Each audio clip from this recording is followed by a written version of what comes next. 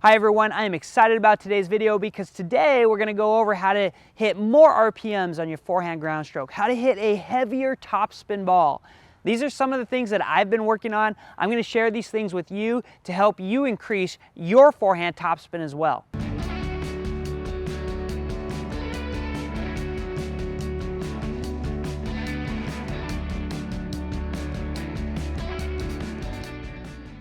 All right, welcome to this video.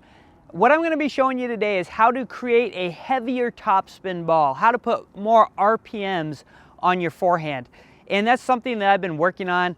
My game's always been a serve and volley game. I hit the ball, run to net, and I've never really focused in on my ground strokes. But now that I stay back more, I am focusing in. And I've made some changes, and these changes are some things that I think will help you too. Obviously, if you're watching this video, you want to figure out how to hit a heavier ball. And so here's some of the things I've done. My stroke has been pretty standard. It's been somewhat of an Eastern grip, almost towards a continental a little bit. It's been pretty much flat. So I come in here, I hit this ball, and I go like this. That has always been my stroke. Here's some of the things that I'm changing, some of the things that I'm doing that you can apply as well. First, I had to figure out my grip. And this is important because when you hit a heavy topspin ball, you need to figure out how to keep the racket face closed longer.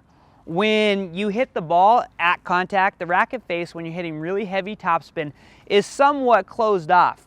It's not completely straight up and down like my stroke's always been. So I'm getting into the semi-western grip. And it hasn't been too tough to hit the semi-western. The next thing, when I load up and I get my racket going upward, I've had to get my hands much, much higher than what they have been in the past. So typically my stroke looks like this. I come in right about that high and then I hit through the ball. But now my stroke looks like this. Comes in, you see how high my hands are? And that's because when you look at forehands today, how pros are hitting those today, they are getting those hands way up here. I think that is because everybody hits with these big topspin shots on the men's side. And so they come in here like this. Well, by getting my hands way up here, I get a chance to drop drastically lower to the ball much, much quicker and pull up on it. And it aids in hitting bigger spin. So the first thing is, when I go to bring my hands up like this, I have to make it feel like I'm going like this. I have to really exaggerate it because if it feels like my hands are way up here, in reality, they're right about here. So now I do that. I come way up here like this. Now I've got my hands set up into the proper position. The next thing I had to figure out was how to keep my racket face out like this towards the side of the court when I prep. I used to come in kind of like this, and it was somewhat towards the tennis court. I'd hit a ball, come in here, and then I'd kind of lift up on it. And now my racket face has turned out completely to the side. So now it looks like this. Go ahead, throwing like that. Okay, my strings are facing out this way. And what I do for that is I take my palm and I try to push it out towards the fence. And by doing that, I have more of a flat racket face going that way. So now it goes like this. I turn my hand out towards, and now I'm set up in this direction here. The next thing that I had to figure out how to do was get the racket face not only going out towards the side here, but then when I go down towards the ground, it has to also be flat. So by doing that, you know, before I would come in and I'd probably go, I don't know, somewhat open almost.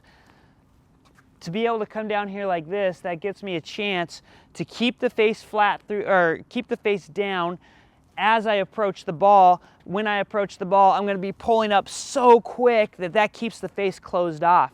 This was more challenging because I've never done that before. So I get in here, this high position here, and now from this position, my palm out towards the fence, I bring my palm directly towards the ground here. And that allows that racket face to travel in more of a flat motion towards the ground. So now it's up here like this, I turn it down, and then I pick it up.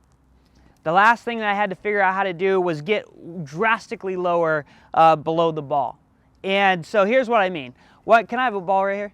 So one thing that I figured out was, after watching all these ATP forehands and trying to figure out what I wanted to do with my forehand, was that when they go to swing towards this ball, they are about a racket length distance below the tennis ball. So sometimes when you watch a forehand, you watch a guy come in right here and he only drops to right here. Well, the ball is up here and there's still that long length below the tennis ball.